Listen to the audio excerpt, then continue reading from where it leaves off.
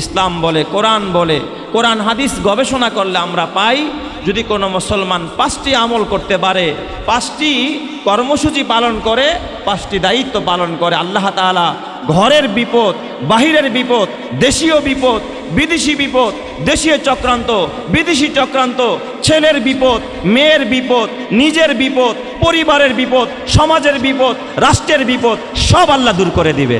সুবহানাল্লাহি ওয়া বিহামদি। কয়টা কাজ করলে? 5টা। আমরা অনেকেই বিভিন্ন রকমের বিপদগ্রস্ত, আমাদের কাছে অনেকে এসে পরামর্শ যায়, হুজুর এত বিপদ, এত মুসিবত, এত ষড়যন্ত্রের শিকার, শত্রু এতটা বেড়ে গেছে হুজুর, আর চলতে পারতেছি না, হতাশা কাজ করতেছে, আমরা বিকারগ্রস্ত, সামনে বাড়তে পারি না, একটু সুপরামর্শ দেন হুজুর, এখন কি করতে পারি? আপনি 5টা কাজ করেন। 5টা কাজ যদি আপনি আল্লাহর উপর ভরসা করে আপনি যদি 5টা কাজ করতে পারেন, আপনার সব বিপদ আপদ, সব টেনশন, সব মুসিবত যিনি দূর করে দিবেন তিনি কে? আল্লাহ। 1 নম্বরের কাজ, খুব খেয়াল করেন, 1 নম্বরের কাজ হলো একটা দোয়া। বেশি বিপদে পড়ে গেলে নবীজি এই দোয়াটা পড়তেন, সাহাবায়ে কেরাম এই দোয়াটার উপর আমল করতেন। আপনিও যদি এই দোয়াটা পড়তে পারেন, ছোট্ট একটা দোয়া, কিন্তু এই দোয়াটার পাওয়ার খুব কঠিন, এই দোয়াটার পাওয়ার অনেক বেশি, সুপার পাওয়ার। কেউ যদি এই দোয়াটা পড়ে, আল্লাহ তাআলা ওই বিপদ থেকে, মুসিবত থেকে তাকে আল্লাহ তাআলা তৎক্ষণাৎভাবে তাকে উদ্ধার করে আল্লাহ তাআলা রক্ষা করে দিবেন। সুবহানাল্লাহ। সে দোয়াটা হলো আল্লাহর নবীজি শিক্ষা দিয়েছেন, আল্লাহুম্মা ইন্না নাজআলুকা ফি নুহুরিহিম ওয়া নাউযু বিকা মিন শুরুরিহিম। আল্লাহুম্মা ইন্না নাজআলুকা ফি নুহুরিহিম ওয়া নাউযু বিকা মিন শুরুরিহিম। এর অর্থ হলো, আল্লাহুম্মা, হে আল্লাহ, ইন্না নাজআলুকা ফি নুহুরিহিম, আল্লাহ শত্রুদের বেলায় আমি তোমাকেই দাঁড় করায়া দিলাম। আমরা পারবো না আমেরিকার সাথে, আমরা পারবো না রাশিয়ার সাথে, আমরা পারবো না ইসরায়েলের সাথে, আল্লাহ এই শত্রুর মোকাবেলায় আমাদের পক্ষ থেকে তোমাকেই কি করলাম? দাঁড় করায়া দিলাম। আল্লাহুম্মা ইন্না নাজআলুকা ফি নুহুরিহিম, অতএব এই শত্রুকে কিভাবে দমন করতে হবে তোমার হাতে ছেড়ে দিলাম, তুমিই দমন করে দাও। ওয়া নাউযু বিকা মিন শুরুরিহিম, তাদের অনিষ্টতা থেকে, তাদের খারাপি থেকে আমাদেরকে রক্ষা করো। কেউ যদি এই দোয়া করে আর শত্রুর মোকাবেলায় আল্লাহকে দাঁড় করায়া দেয়, কসম আল্লাহর উপরে যখন কোনো মানুষ কোনো কিছুকে ন্যস্ত করে, আল্লাহ তার কুদরতি হাত দিয়ে ওটা সম্পূর্ণ করে দেয়। সুবহানাল্লাহ। অতএব আমাদের সব কিছু আমরা ন্যস্ত করবো একজনের হাতে, তিনি কে? আরো জোরে বলেন, তিনি কে? আল্লাহ। তাহলে এই দোয়াটা আমাদের শেখা দরকার আছে না নাই? নবীজি আমল করতেন, সাহাবায়ে কেরাম আমল করতেন। আল্লাহুম্মা ইন্না নাজআলুকা ফি নুহুরিহিম ওয়া নাউযু বিকা মিন শুরুরিহিম, হে আল্লাহ আমাদের শত্রুর মোকাবেলায় তোমাকেই আমরা দাঁড় করায়া দিলাম, অতএব তাদেরকে কিভাবে দমন করতে হবে তুমি দমন করে দাও, এবং তাদের অনিষ্টতা থেকে, তাদের খারাপি থেকে তুমি আমাদেরকে রক্ষা করো। কোন মুসলমান যখন কায়মনোবাক্যে এভাবে শত্রুর মোকাবেলায় যখন দোয়া করে, আল্লাহ তাআলা ওই শত্রুকে দমন করার জন্য আল্লাহ তাআলা আসমানিভাবে যে কোনো গজবের মাধ্যমে আল্লাহ তাআলা শত্রুকে দমন করেই দিবে। নবী আলাইহিস সালাম এই আমল করেছেন, সাহাবায়ে কেরামও করেছেন। আমরা ওই বিপদকালে, এই সংকটকালে আমরা ওই দোয়া করব, রাজি আছি তো ইনশাআল্লাহ? এটা হলো আমাদের 1 নম্বরের আমল। আর 2 নম্বরের আমল হলো এই বিপদ আপদ থেকে, জুলুম থেকে বাঁচার জন্য, অন্যায় অবিচার থেকে, বৈষম্য থেকে আমাদের বাঁচার জন্য 2 নম্বরে আরেকটা আমল করতে হবে। সেটা হলো, আল্লাহর নবীও দোয়া করতেন, কোরআনের মধ্যে আছে, সাহাবায়ে কেরাম এই দোয়া করতেন। সেটা হলো, হাসবুনাল্লাহু ওয়া নি'মাল ওয়াকিল, নি'মাল মাওলা ওয়া নি'মান নাসির। হাসবুনাল্লাহু ওয়া নি'মাল ওয়াকিল, নি'মাল মাওলা ওয়া নি'মান নাসির। আল্লাহর কাছে বেশি বেশি দোয়া কর, আল্লাহ হাসবুনাল্লাহ, আল্লাহ আমাদের জন্য যথেষ্ট। বলেন তো আমাদের জন্য যথেষ্ট কে? যতই ষড়যন্ত্র করুক না কেন কাফেরেরা, পরাশক্তিরা, বিধর্মীরা ইসলাম ও মুসলমানকে শেষ করার জন্য যতই নীল নকশা আটুক না কেন, বলেন তো আমাদের জন্য একজনই যথেষ্ট, তিনি কে? কারণ আমরা তো একজনের গার্জিয়ান মানি, আমরা আমেরিকাকে গার্জিয়ান মানি না, রাশিয়াকে গার্জিয়ান মানি না, আমরা চীনকে গার্জিয়ান মানি না, আমরা ভারতকে গার্জিয়ান মানি না, পাকিস্তানকে গার্জিয়ান মানি না, কোন নেতার নেত্রীকে গার্জিয়ান মানি না, আমরা গার্জিয়ান মানি একজনকে, তিনি কে? যালিকা বিআন্নাল্লাহা মাওলাল্লাযীনা আমানু ওয়া আন্নাল কাফিরিনা লা মাওলা লাহুম। আল্লাহ বলেন, খবরদার খবরদার, ইমানদারদের কিন্তু একজন গার্জিয়ান আছে, অভিভাবক আছে। বলেন তো আমাদের গার্জিয়ান দুর্বল না সবল? আরো জোরে বলেন, দুর্বল না সবল। জালিকা বিআন্নাল্লাহা মাওলাল্লাযিনা আমানু, আল্লাহ বলেন ইমানদারদের গার্জিয়ান, ইমানদারদের ওলি, ইমানদারদের যিনি শেল্টার দিয়ে রাখেন, বলেন তো তিনি কে? এটা আল্লাহ তাআলার ওয়াদা। অতএব আমাদের দুর্বল হওয়ার কোনো কি নাই, ওয়ে নাই। দুর্বল আমরা হব না, আমরাই বিজয় হব যদি আমাদের ঈমান থাকে। কথা ঠিক না বা ঠিক যেটা কার? তাহলে আমরা দোয়া পড়ব, হাসবুনাল্লাহ, আল্লাহ আমাদের জন্য যথেষ্ট, ওয়া নি'মাল ওয়াকিল, তিনি উত্তম কার্যনির্বাহী। আল্লাহর যদি ওয়াকিল বানায়, আল্লাহর যদি গার্জিয়ান বানায়, বলেন তো ওই কাজটা সুন্দরভাবে সুচারুভাবে যিনি সম্পাদন করে দিবেন তিনি কে? আল্লাহ সুচারুভাবে সে কাজের সমাধান করে দিবেন। ওয়া নি'মাল ওয়াকিল, নি'মাল মাওলা, ওয়া নি'মান নাসির। আর তিনি আমার উত্তম অভিভাবক, আর তিনি আমার উত্তম সাহায্যকারী। অতএব আমরা সাহায্য প্রার্থনা করব একজনের হাতে, তিনি কে? আল্লাহ। দেখেন না, এই যে ইসরায়েল এতটা জুলুম করতে শুরু করে দিয়েছে, জুলুমের যখন মাত্রা শেষ হয়ে যাচ্ছে, আল্লাহ তাআলা কিন্তু কোনো মানুষ দিয়ে ইসরায়েলকে দমন করার জন্য কোনো আল্লাহ তাআলা কৌশল করে নাই। বর্তমানে আপনারা দেখেছেন এই ইসরায়েল থেকে দাবানলের আগুন জ্বলে উঠছে। কথা ঠিক না বা ঠিক যেটা কান? গত 2 দিন যাবত দাবানল জ্বলতেছে, ইসরায়েলের বিভিন্ন এলাকা, শহর পুড়ে যাচ্ছে, বাগান পুড়ে যাচ্ছে।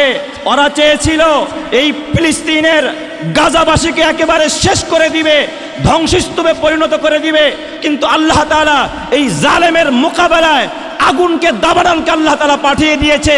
আল্লাহ যদি চায়, আল্লাহ তাআলা যদি ধরা দিতেই চায়, এক দাবানল দিয়া গোটা ইসরায়েলকে আল্লাহ মুহূর্তে শেষ করতে পারে। কথা ঠিক না বা ঠিক যেটা কার? এই ক্ষমতা আল্লাহর আছে না নাই?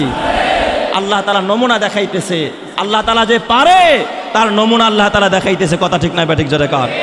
দাবানল আমেরিকাকেও ধরেছে, দাবানল ইসরায়েলকেও ধরেছে। সামনেও যদি দাদাগিরি দেখাইতে গিয়া কেউ মুসলমানকে হত্যা করার জন্য নাটকীয়ভাবে কোনো ষড়যন্ত্রের পায়তারা করে মুসলমানকে শেষ করার জন্য ইসলামী রাষ্ট্রকে হুমকি দেয়, বিভিন্ন জঙ্গি নাটক সাজায়া, কসম আল্লাহর, আল্লাহ তাদেরকেও খতম করে ছাড়বে। কথা ঠিক না বা ঠিক যেটা কার? আল্লাহ কাউকে ছাড়বে না। বলেন তো এই রব আছে না নাই? তাহলে আমাদের অভিভাবক কে? হাসবুনাল্লাহু ওয়া নি'মাল ওয়াকিল, নি'মাল মাওলা, ওয়া নি'মান নাসির। এই সংকটকালে আমরা এই দোয়াটা বেশি বেশি পড়ব। 3 নম্বর আমাদের আমল, খেয়াল করেন, 3 নম্বরের আমল হলো হযরতে ইউনুস পয়গম্বর, আল্লাহর একজন নবী, যে আয়াতে কারিমা আপনাদের সামনে আমি তেলাওয়াত করেছি। বিপদকালে ইউনুস নবী বিপদে পড়ে গেছেন, মাছের পেটের ভিতরে। এক তো রাতের বেলা, আবার পানির অতল গভীরে, এই 3 অন্ধকারের ভিতরে ইউনুস নবী যখন মাছের পেটের মধ্যে গেলেন, আল্লাহ তাআলা বলতেছেন, দেখেন আল্লাহর কোরআনের কথা কত সুন্দর।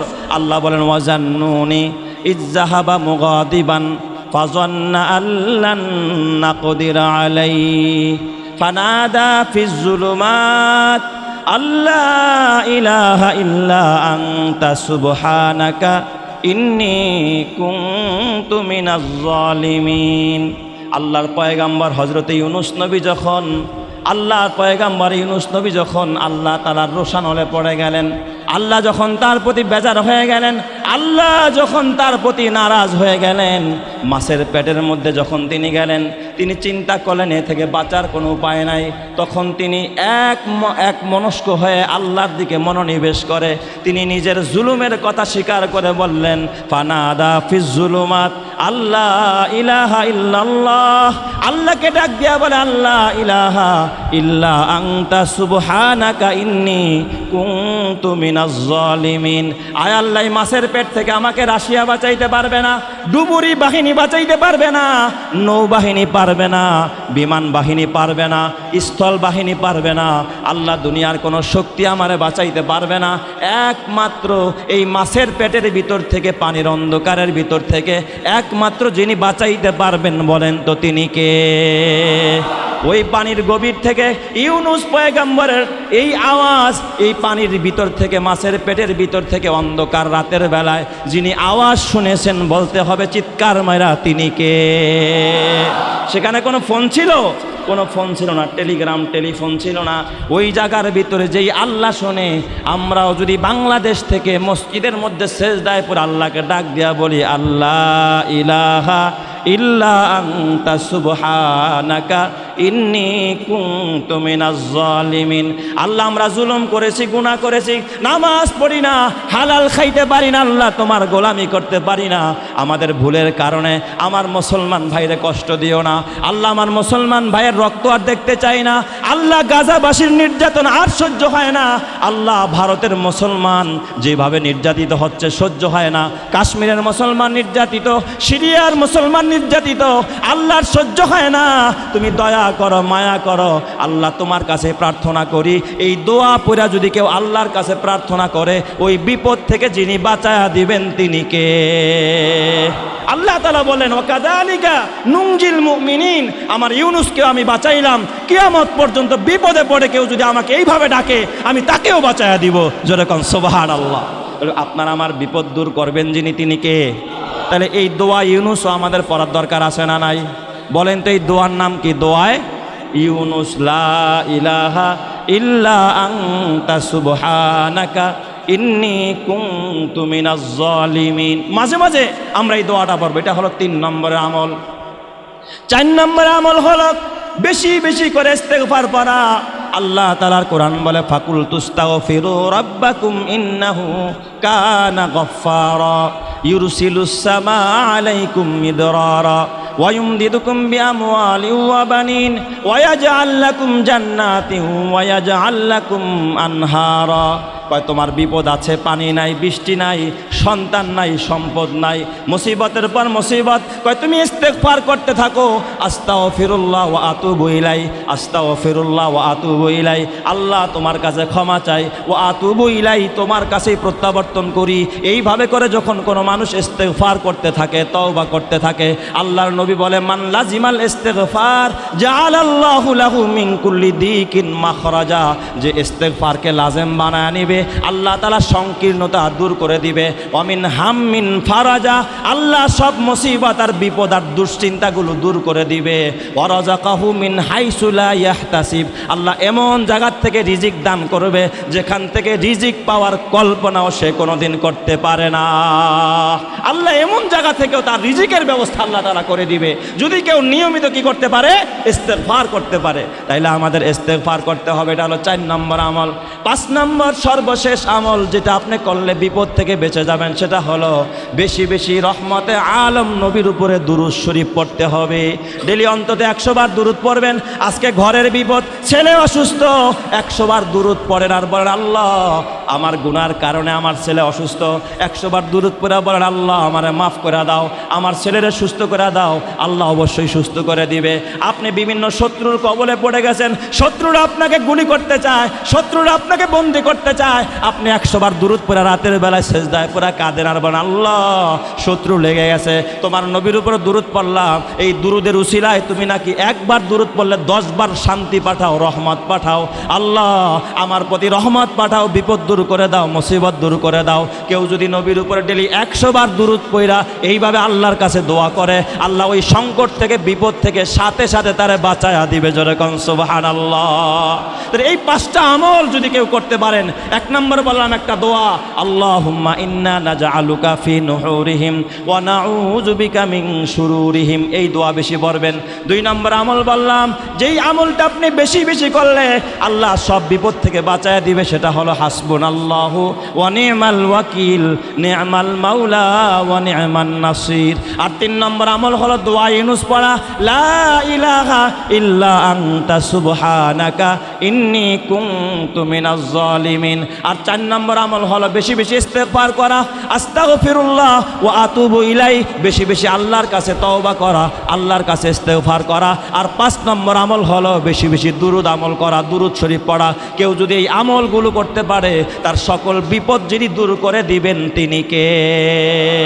অতএব এই আমলগুলো আমাদের করা দরকার আছে না নাই? তাই তো আপনারা দেখতেছেন যে এত শত মানুষের রক্ত ঝরে, কিন্তু তা নিয়ে বিশ্ব মিডিয়া এ নিয়ে কোনো প্রতিবেদন ছাপে না। অথচ যদি রাস্তায় একটা কুকুর মারা যায় তা নিয়ে তারা মায়া কান্না করে। কিন্তু এত মানুষের রক্ত ঝরলো, এত মানুষ মরে, এত জুলুমের শিকার হয়, এত নারী আর শিশুদের আর্তনাদে আকাশ বাতাস ভারী হয়ে যাচ্ছে, এ নিয়ে তাদের কোনো প্রতিবেদন, সেখানে কোনো ক্যামেরা পশ্চিমা বিশ্বের কোনো মিডিয়া সেখানে যায় না, তাদেরকে নিয়ে প্রতিবেদন ছাপে না। এটাই প্রতীয়মান করে তারা মুসলমানদেরকে মানুষ বলতে চায় না, নিজেদেরকেই তারা মানবতার ঠিকাদার হিসাবে মানুষের সামনে পেশ করে মুসলমানদেরকে শেষ করার এক কালো পায়তারা আর কালো নকশা তারা এঁকেছে। কথা ঠিক না ব্যাটিক জোরে কর। তো এই মুহূর্তে আমাদের বসে থাকলে হবে না, আমাদের ঘরে বাহিরে সব জায়গায় আজকে শত্রু লেগে আছে। ইসলাম সহ্য করতে পারে না, দাড়ি টুপি মুসলমান এরা ভালো অবস্থানে থাকুক এটা কেউ সহ্য করতে পারে না। তাই তো আপনারা দেখেন আজকে যদি শাহবাগে 3টা নাস্তিক দাঁড়িয়ে একটা স্লোগান দেয়, এটা মিডিয়া হেডলাইনে একেবারে বড় আকারে ফ্লাও করে প্রচার করবে, কিন্তু লক্ষ লক্ষ জনতার ভিড় ইসলামিক কনফারেন্সে, ইসলামী অনুষ্ঠানে এগুলো কখনো মিডিয়া প্রচার করে না।